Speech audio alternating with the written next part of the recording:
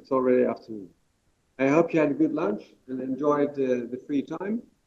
Here inside it's a bit cooler than outside, so that's good for keep being concentrated, especially after lunch. You never know what happens when the food is being processed. But we have a brilliant speaker in Erica Mallery-Blythe. She's already with us for a few minutes. She founded the firemedical.org, where a lot of good activities take place, and she has a very extensive experience in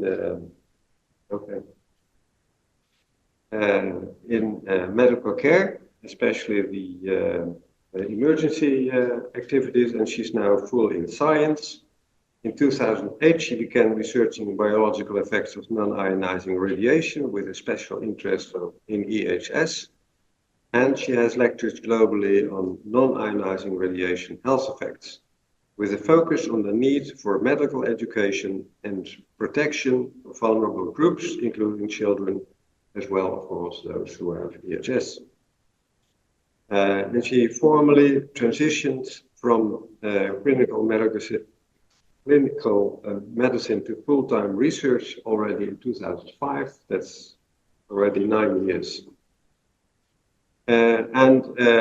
Today she will talk with us about the current insights on EHS, and we are very pleased that you could join us today. Thank you so much for that that very thorough introduction, which means that I don't need to say more really.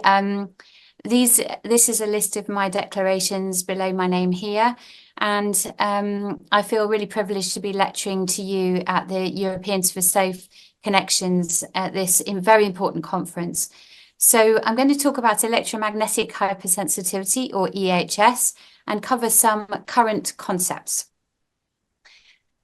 I'm going to try and cover quite a lot in a short space of time, so I'll go at quite a good pace. But if anyone wants to interrupt for me to clarify, please do, and I'll leave as much time as I can at the end for questions. So I'm going to briefly discuss non-ionizing radiation and what I mean by that, and the current safety limits, vulnerable groups, acute and chronic health effects. And acute health effects is EHS. That's what I mean by that, but I'll be clear about that when I speak. Some issues with research and the requirement for biological safety limits, mitigation, and a little on litigation as well. And I want to start with a really basic concept. Life, in its essence, is indeed electromagnetism. That's what it is. That is quite literally what makes us tick. And you can see this really obviously in the ECG, the electrocardiogram, the EEG, the brainwaves, even the action potentials of your muscles.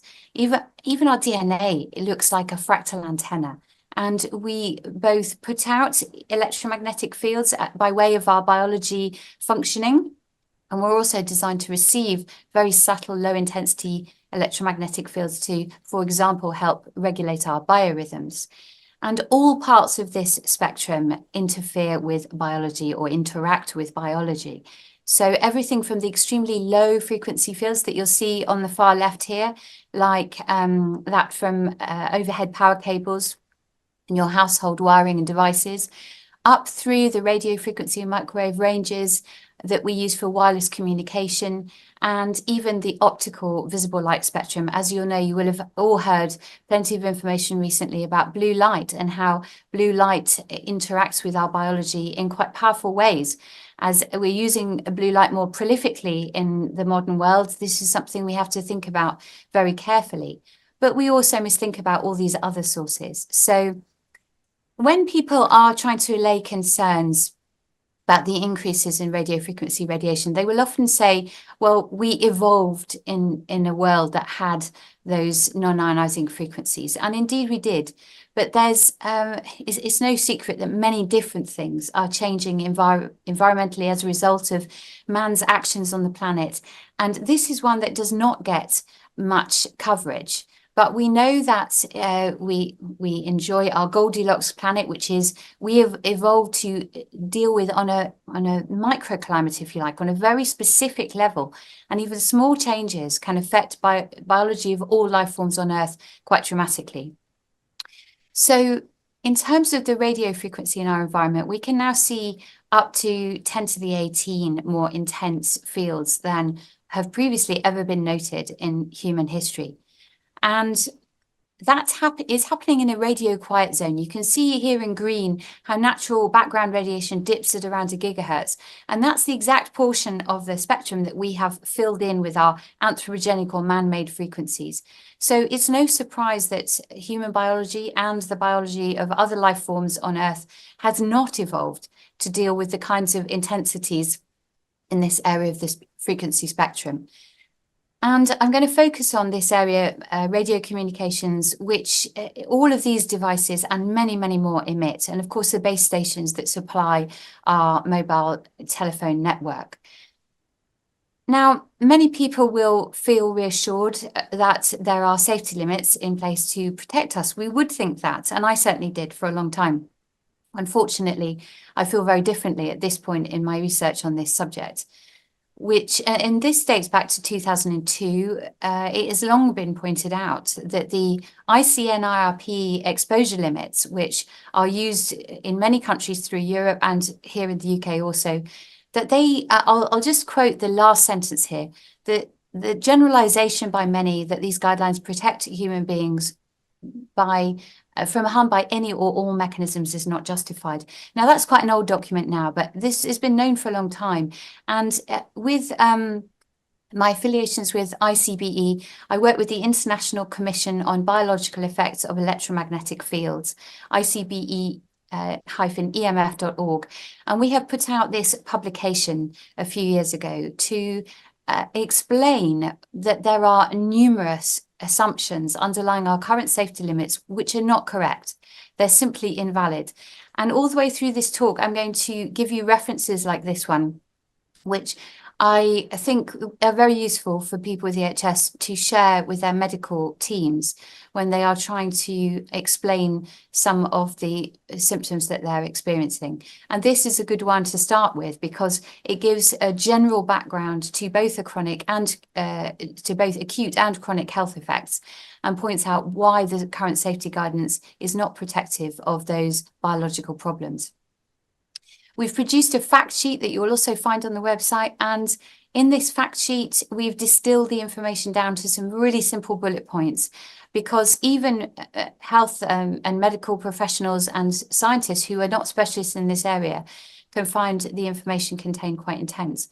But we've given this very simplified overview and pictograms like this one, which explains some of the points, the 14 assumptions, which we consider to be incorrect. Down at the bottom left-hand side here, you'll see that we have the point on individual sensitivity. That is wrong assumption number 8. This assumption that all individuals have equal sensitivity levels, and they simply do not. We would not expect them to either. It's common sense. We see a variation in sensitivity throughout the human population to all environmental exposures. Now, I want to just come back to a basic point here that's also shared in our fact sheet. There's an assumption that the SAR or specific absorption rate of 4 watts per kilogram is a threshold for biological effects. And that simply isn't true. We now have literally many hundreds of papers that show that that is not an effect level. So that's perhaps a simple message that we convey in our fact sheet. And then we point out some of these biological issues that are happening in the literature below that level, like cardiomyopathy, carcinogenicity or cancer induction or promotion, DNA damage, neurological effects, increased permeability of the blood-brain barrier, sperm damage, and I could mention more. So this is contained in the fact sheet. And the ICNIRP, who set the guidance levels that I'm referring to here, they also did notice in 2002 in their publication here that they cite children, the elderly and chronically ill all as potentially being vulnerable groups who, and they move on to say maybe they would need separate guidelines therefore to safely encompass that group. And they anticipated failure potentially where there are concomitant exposures to synergistic toxicants, like, for example, certain chemicals that might be carcinogens. There can be co-carcinogenic behavior when those are combined with EMF exposure, for example. And then they also talk about underlying health complaints, which might elevate sensitivity levels in some humans. But why did they unfortunately abandon those incredibly important and correct principles by admitting here in 2020 in their fact sheet that restrictions have not been set to separately account for sensitive groups? So I've pointed out that when we talk about acute, that means short-term health effects, and chronic, it's the acute short-term health effects that come under the bracket of EHS, electromagnetic hypersensitivity. Now, you'll find a lot of conflicting information online when you try and read about this subject. This is a definition that I came up with some years ago to describe what I could see medically. And I described it as a multisystemic medical condition characterized by broad-ranging symptoms of increased sensitivity to electromagnetic fields at increasingly broader frequency ranges and lower intensities. And what I mean by that definition is you may find that somebody starts off with a headache, and they get a headache when the phone is right to their head, and they will naturally try and move the phone away, thereby decreasing the intensity of radiation.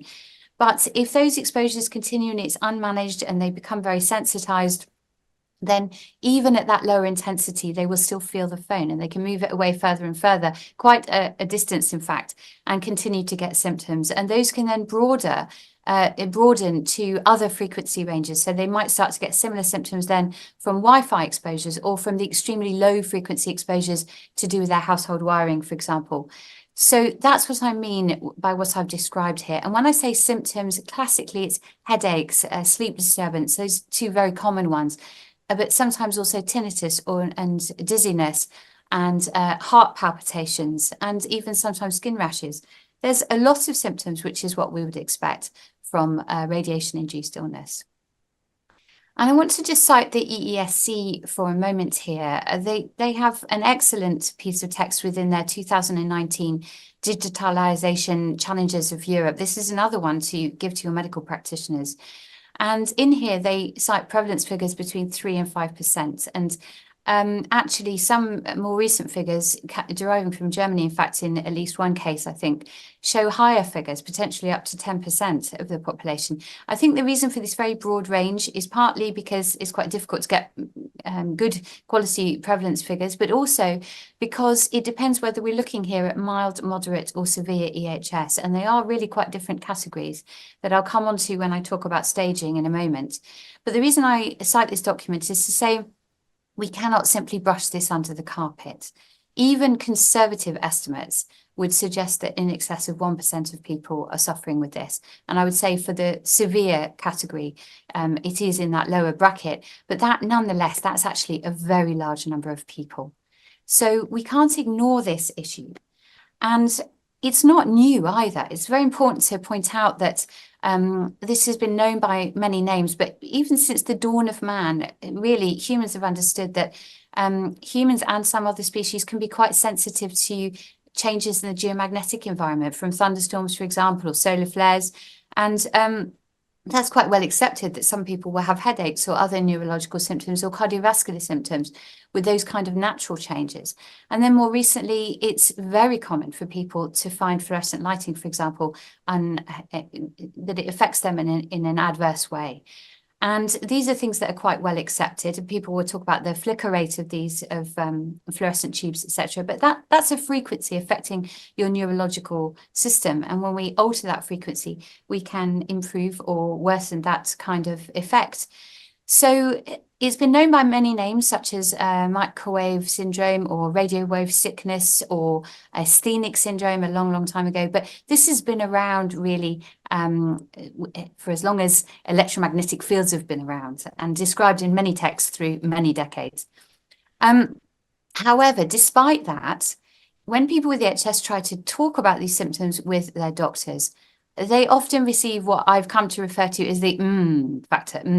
The doctor will say, I'm concerned that you might be mentally ill or misinformed or malingering or manipulative or manipulated. And why is this? I mean, this is a really major problem. People are not well supported at the moment by their routine medical practitioners. Well, there are quite a lot of reasons, and I'll just mention a few of them. But the multi-systemic nature of EHS can flummox some doctors. They like things that fit very carefully in boxes that they've read about in their textbooks. And when there are lots of multi-systemic symptoms, that can throw them a bit. However, it's important to point out to them that's exactly what we see in radiation sickness from ionizing radiation, because it penetrates the body and affects multiple different cells in multiple different systems. It's exactly what we would expect, actually. Also, they can be confused when people report extremely weak field triggers, like a phone a very long way away, or batteries in a remote control, or a plane that's, again, a very long way away. Now, aeroplanes have air-to-ground radar. They're designed to be picked up at the ground level by instruments far more crude than the human body. This is, again, exactly what we would expect. The body can amplify signals, and especially if it finds them hostile, and have profound responses to infinitesimally small triggers in terms of other environmental stimulants. So this should not be a surprise if we look at this scientifically. I don't have time to go into detail on these next two, but I'm certainly happy to answer questions on them at the end. But the greatest overriding reason why people get the factor when they see their doctors is simply because this group have currently no training on non-ionizing radiation biological interactions. They are not aware of the up-to-date literature on this subject. Now, in an attempt to encapsulate the different types of EHS that I was seeing in terms of stage, I put together some years ago this staging system, which I use personally if I'm taking a medical history from somebody with EHS. And it's important to note I'm doing research at this point in my career, as it was laid out when I was introduced. I'm not clinically practicing, but I use this as a research tool because I think it's very important to be able to monitor progress of people with EHS. And this allows us to encapsulate the severity of symptoms and amount of lifestyle impact. And then I hope that over time, we can look and see the reproducible pattern that anecdotally I have certainly seen, that as people progress through this, the type of reaction they have can change. And I use a modified Likert scale that you can see here, 8 to 9. I mean, if you look at that pain, intense, dreadful, horrible symptoms, worst possible, unbearable, excruciating symptoms, I am seeing people reporting this level. And the reason why I want to bring this to your attention is that this is downloadable from the FHIR website. And I think if doctors use this, it can help them to select a number of people, a subset with EHS, who are in fact disabled by very, very severe reactions. And we'll talk about disability later on in my talk. Now, with the word disability in mind, it's important to point out that the WHO have for a long time been citing quite out-of-date work from 2005, but nonetheless, on their landing page that you'll see here, they have a very important paragraph where they recognize that these symptoms can be disabling. They point out, they use the term EHS and that it encompasses a lot of nervous system symptoms and skin rashes, a very objective sign that can be photographed and assessed by a doctor. But also that exposures are generally several orders of magnitude under the limits of internationally accepted standards, and that for some people this is disabling. Very important recognition there. But they do drop in this partial sentence, whatever its cause, suggesting that the cause may not be electromagnetic fields. And I want to talk about that a little bit more because this is, again, a great obstacle to appropriate medical care right now. So the reason that there's this question mark about causality is because groups such as ICNIRP, who set the current guidance, so they don't need to incorporate guidelines levels that accommodate people with EHS because they feel they're having a psychological reaction, the nocebo response, they would call that. And that would be symptoms created by psychological negative expectation or fear, in other words. But is it really plausible that this high percentage of the population from all different backgrounds all over the world would be describing the same constellations of symptoms in response to diverse emissions, but all within this non-ionizing banned. And I would say it's not plausible, actually, that this number of people would have the same symptoms through a fear or psychological type reaction. That would not be what I would expect. But to look at this a bit more scientifically, we need to look at temporality. If A causes B, A must obviously precede B. And what this means is that people must be afraid of their devices or concerned about them before they get the symptoms, if fear is the cause of the symptoms. And there's a problem with this, because what we find in many cases, in fact, most cases, according to this publication, is that actually people did not have that fear. They did not have any concern at all. Many of them were not aware that it was possible for there to be any biological interaction from their mobile phone. This is the crucial sentence in that publication, which is another useful one when you're talking about the nocebo response. And we also see a great number of studies now showing the same constellation of symptoms, whether they live a bit closer to a mobile phone base station or use their phone more intensively, or sometimes from MRI scanning doses, etc. But again, we can't simply dismiss this large evidence base, much of which derives from groups who haven't declared themselves specifically sensitive, but just in fact from the general population.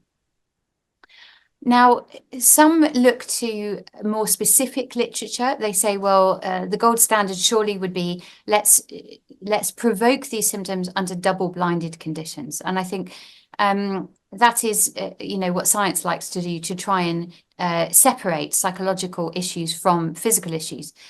And there is a large literature, well, actually it's not that large, but maybe somewhere between 60 and 80 papers looking at whether or not you can provoke symptoms by emitting and a blinded exposure. And there's a huge problem with this literature base. The methodology is generally absolutely terrible. They've clearly been put together, these studies, generally by people who have no clinical understanding of EHS at all. However, in that literature base, there are a small number of studies that do, in fact, demonstrate a physical reaction under double-blinded conditions, and this is one of them. But this is not the way to test for EHS, and I've actually just recently given a lecture on this at the 2024 Yale EMF Symposium, going into a great deal of detail in terms of what is wrong with these studies generally. But the fact that there is some evidence in there that this can be demonstrated double-blind excludes psychological processes in that case. Now, because this is such an important point, I want to whiz through those points and summarize them and introduce a couple of others as well. So people usually have no concerns about EMF before they get their symptoms. In fact, many are technophiles who continue trying to use their devices despite their symptoms, which is not in keeping with a psychological response at all.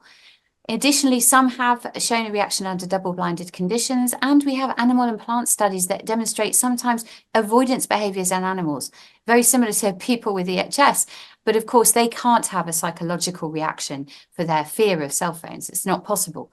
And additional to this, biological effects have in fact been proven, and oxidative stress is just one of those. So that might explain some of the symptoms we see, and there are more complex explanations for some of the broader reaching observations in EHS.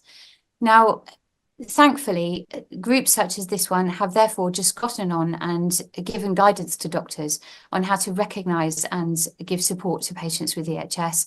Thank you to this group, Igor Belyaev and et al., for their 2016 EMF guideline, which I think is another very useful document to share with your medical team. And there is a great deal of good evidence now that explains the reactions that people are having. And it's no surprise, therefore, that we are seeing legal actions internationally being won. Here's just a few that I've got citations for, and a couple of these have happened here in the UK. One giving early ill health retirement to a social worker on the basis of EHS, and the other making low EMF accommodations in school from supported by the local authority in order for a student to be able to attend school who has EHS. And unfortunately, I think there's going to be a great deal of further litigation on this subject that will broadly reach into many different domains, in fact. And again, I'm happy to talk about this in questions at the end, but for now we'll move on so that I leave you plenty of time. I think it would be wrong to talk about EHS without mentioning at least the chronic health effects of EMF, because acute health problems lead to chronic health problems if they are not remedied early on. And this is something that is often not discussed when we talk about EHS, but I do think it's actually very important for us to think about if we're going to think intelligently about this issue in a scientific way. Now, with ICBE, the first publication that I mentioned to you, we pointed out that 124 out of 131 studies demonstrated oxidative stress. So we can really say with certainty now that oxidative stress is a non-thermal effect that is happening below the current allowable exposure guidance. And I'm sorry, I'll just I'll unplug that interruption. So really, that's a very large number of papers, a large percentage of papers that it would be illogical to ignore at this point. And oxidative stress is very important because it can have effects in multiple systems, and all of these have been related to oxidative stress on some level and many more. So this multi-systemic approach we see in the chronic health effects potentially as well as the acute ones. Now, in the ICBE fact sheet, we point out carcinogenicity and have references that will be useful to you in terms of a literature base to also be sharing with medical professionals, including increased risk potentially of glial cell tumours and Schwann cell tumours.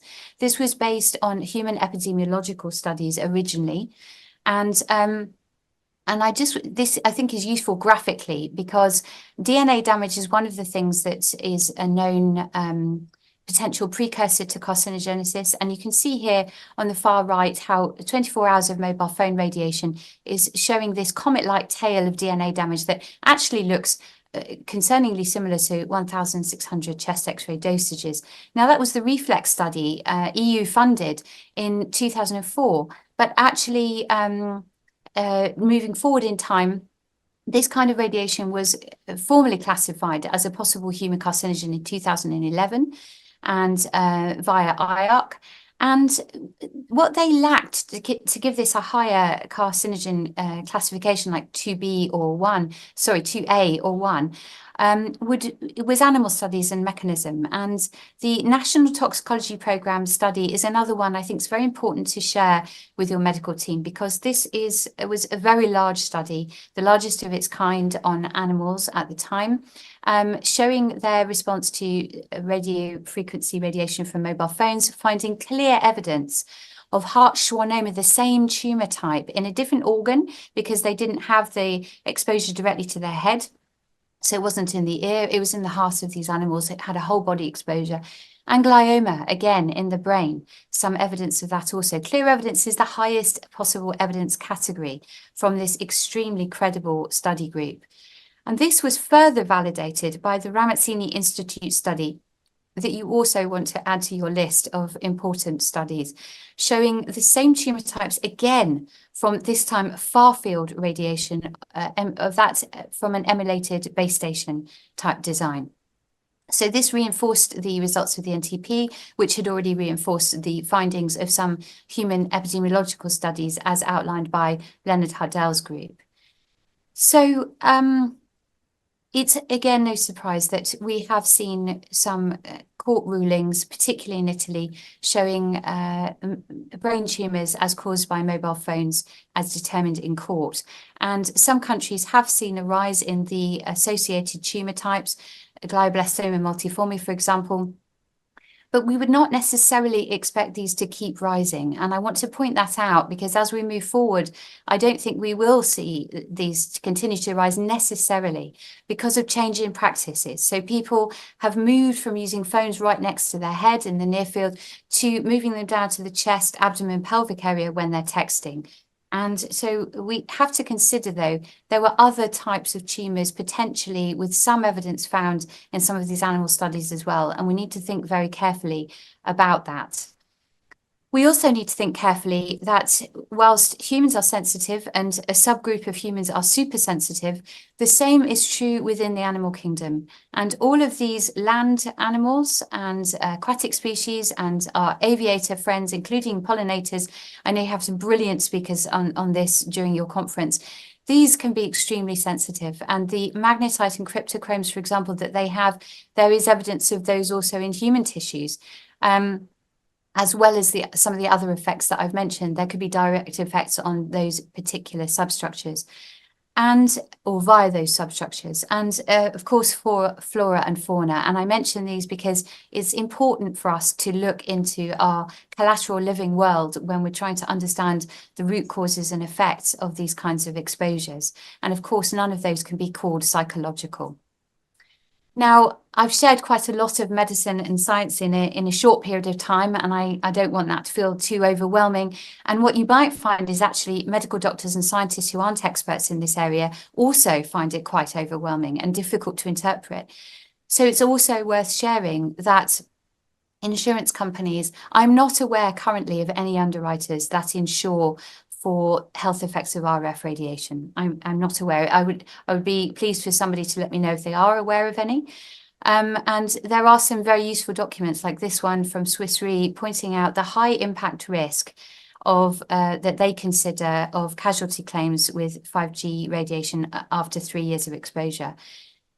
The reason I point this out is we all know, your doctors know, your policymakers know, that risk analysis is the specialist area of these teams, and they do it very thoroughly and they do it very well because their livelihood depends on it. So this is collateral evidence where they have analysed the risk in terms of the science and given you a simple answer. And so it begins. We see some legal groups also offering no-win, no-fee cases for Wi-Fi injury. And this is how we have seen many environmental toxicants unroll one after another. And it is sensible for all parties concerned to remedy this situation at the earliest possible convenience for the best outcome in all domains. So on that note, moving forward, we need to see acceptance of the valid science that is there to be seen, and we need to see acknowledgement of injury and hypersensitivity from these exposures, accountability and action moving forward. What kind of action? Well, it's really not rocket science. We need to reduce exposure.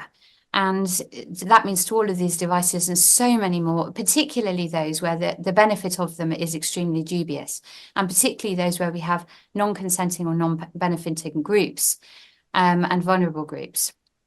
So we can start by removing using flight mode, replacing using hardwired connections, and reducing fields from outside of your space using shielding techniques potentially. These are the first line measures that are accessible in many cases and not always that difficult to achieve. Now, all of these groups of scientists and medical doctors have put together appeals to their various governments asking for protection, rapid protection of vulnerable groups in society. And unfortunately, we are seeing things go rapidly in the opposite direction. But for what it's worth, here in the UK, I have put together an appeal from our side as well, the 2020 consensus statement. And I want to thank all of the doctors who signed this appeal.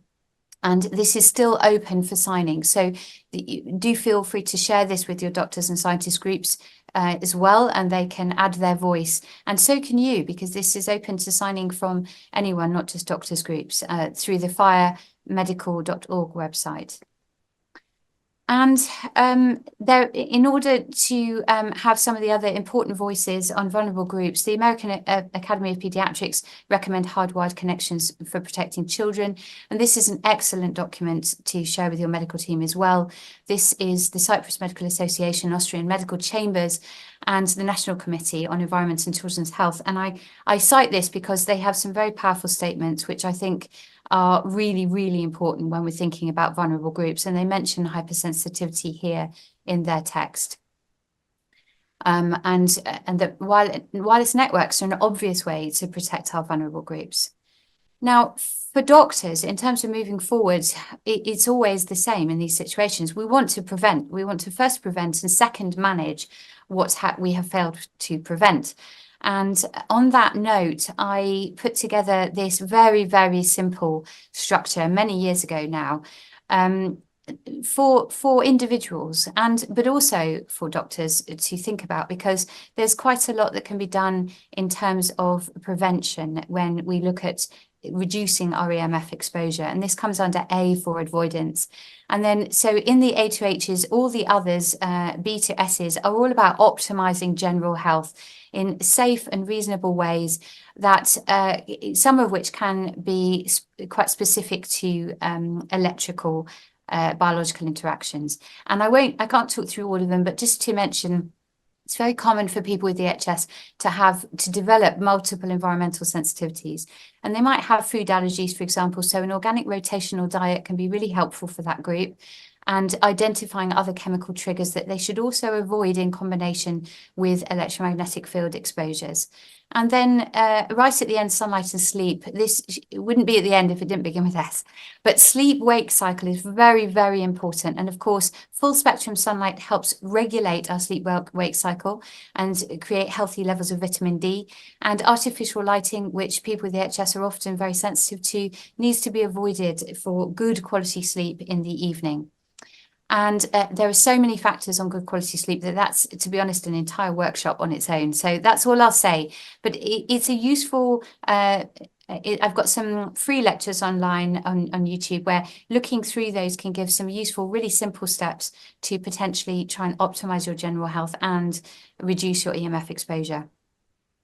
So as I start to round up now, I just want to come back to the ESC for a moment, because what they called for in this document is to reinforce the independence of bodies setting limits, for binding, safeguarding legislation to reduce electromagnetic fields, and to recognise these exposures as a cause of functional disability and environmental illness.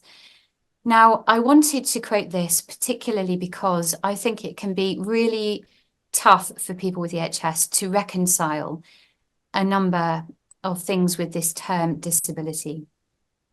It's actually, I think, quite inappropriate in many ways to think of EHS as a disability, because actually, when we think of toxicants in general, if you have a sensory reaction to that toxicant, particularly an adverse one, a painful one, or something that you recognize as being a reason not to expose yourself to that toxicant, that's very sensible biologically. That is an appropriate physical response.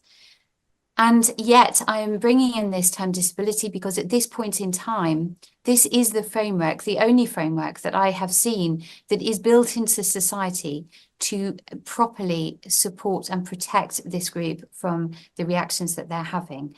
So they are a symptom really of a broken environment, not that they are broken or their physiology is, but of course they can become extremely ill, very, life-threateningly ill in some cases, if they are not able to protect themselves from these exposures.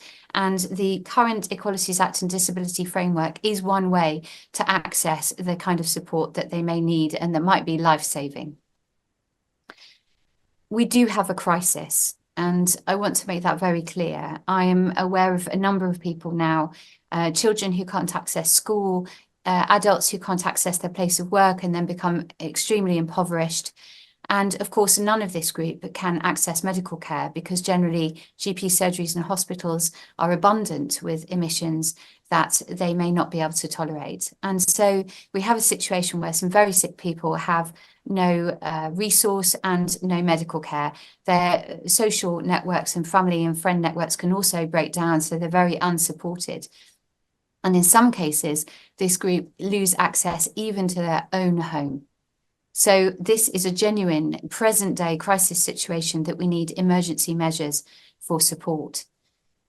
Now, in terms of trying to generate awareness and give some simple support, this is a guide that can be downloaded from my website, which just gives some very simple pointers on how to reduce your exposure through simple measures. And I put this up there really because doctors can also download this and give it to EHS patients if they're unaware of how to start this journey and reduce their exposure. But in fact, if they choose to do that, that will give some degree of education for staff in the surgery and also help them to accommodate, if they take the advice on the leaflet, help them to accommodate people who are disabled by EHS so that they can re-access some of the important provisions they need, and also potentially reduce risk for staff in the medical surgery at the same time. Now, taking these mitigation strategies up to another level, can we do anything at the level of the device? And the answer is yes, absolutely. So in terms of ICBE, who I'm working with, this is a publication, Paul Heroux et al., and we've put this together to show that there can be very simple engineering solutions built into mobile phones to reduce their exposure very dramatically without compromise to their use. And we can do this actually with all devices, and this should be built in as to a sort of reward strategy in industry, because it's energy saving as well as biologically improved.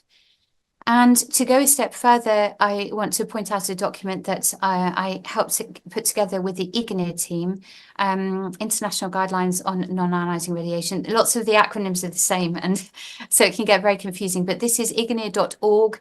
And within this document, you'll find some practical advice on lowering exposures in public places. So if somebody owns a restaurant and they want to make it accommodating of EHS people, they can look through the guidance and find out what the things that are most likely highly emitting would be and how to reduce those and how to measure them to get them down to the levels that are advocated in the Europa EM 2016 guideline that I mentioned earlier.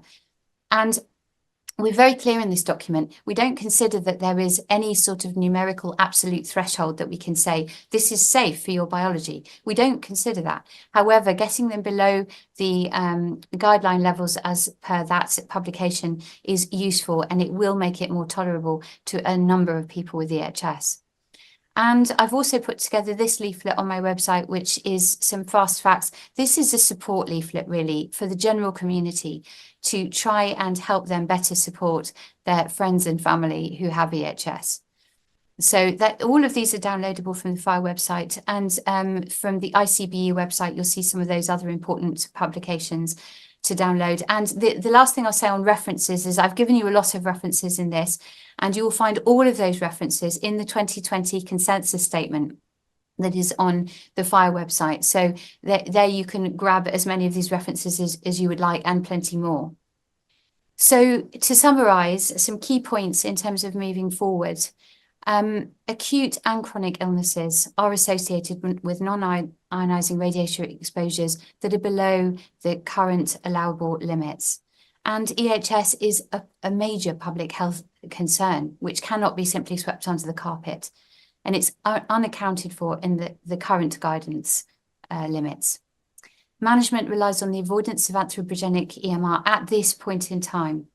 And engineering substitution and reduction should be implemented as good practice in all domains.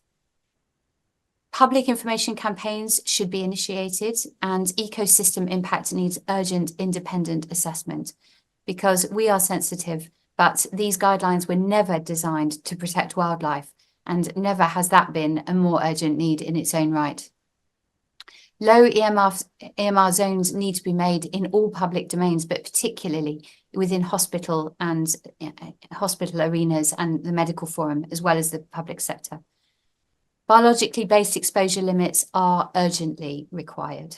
And those, in fact, would deal with all of the other points that are on this slide.